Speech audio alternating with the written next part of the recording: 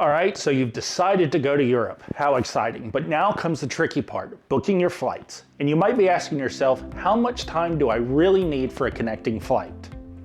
Hello, I'm Scott with Second Time Around Travel. And today I'm going to share with you a few key tips to help you travel smarter and stress less. All right, let's begin. First off, not all layovers are created equal, and the amount of time you need really depends on where you're connecting. If you're heading to Europe and connecting on an international flight, you'll want to aim for at least an hour and a half to 2 hours. International flights often board earlier, and the airports can be a lot bigger and busier than you're used to. Now here's something I really strongly recommend. If you can, try to make your connection within the United States before heading overseas. That way you can avoid dealing with passport control and additional security during a connection in a foreign country, which can sometimes be confusing and time-consuming. Also, if you should have to make a connection in one of these major cities such as London or Paris, allow even more time. These airports are huge, and getting between terminals can take a lot longer than what you would expect. And trust me, a little extra time can save you a lot of stress and possibly keep you from missing your flight altogether. Plus, having that extra time gives you a chance to relax, grab a bite to eat, stretch your legs before continuing your journey, and there's also lounges available at these airports through various airlines and credit cards, and we'll put some information in the description below for that. Now, let's talk about your trip home, because this part can really catch travelers off guard. When you arrive back in the United States, you don't immediately go to your gate. You'll go through customs and immigration. That means you'll need to get off the plane, go through passport control, and officially re-enter the country. After that, you'll collect your luggage, even if it's already tagged to your destination, and this is where a lot of people get confused.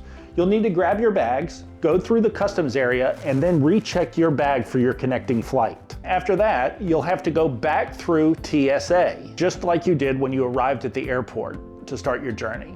And because of all these extra steps, timing is very important. I highly recommend that you research the connecting airport ahead of time to see what they suggest for an international arrival connection. Then take that recommended time and add at least 1 extra hour. That buffer can make a huge difference, and when you're dealing with long lines, delays, and just navigating an unfamiliar part of the airport. And trust me, coming home is not the time you want to feel rushed. Give yourself extra time, and your trip will end on a much smoother note. And here's another tip that travelers often overlook. If you live within a reasonable driving distance of a major international airport, it might be worth skipping that connection altogether. Now, this does take a little more planning and logistics, but the payoff can be huge. In many cases, flying directly out of a major hub can actually lower the cost of your flight, and it definitely simplifies your travel day. For example, we live here in Virginia Beach, and instead of connecting, we will often drive to JFK or Newark.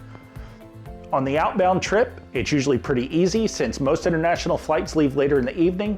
It gives us plenty of time to get there and relax. And also, by avoiding the extra connection, you're reducing the chances of delays, missed flights, and all the extra stress that can come with it. Plus, one less flight means one less opportunity for your luggage to get lost, which is always a win.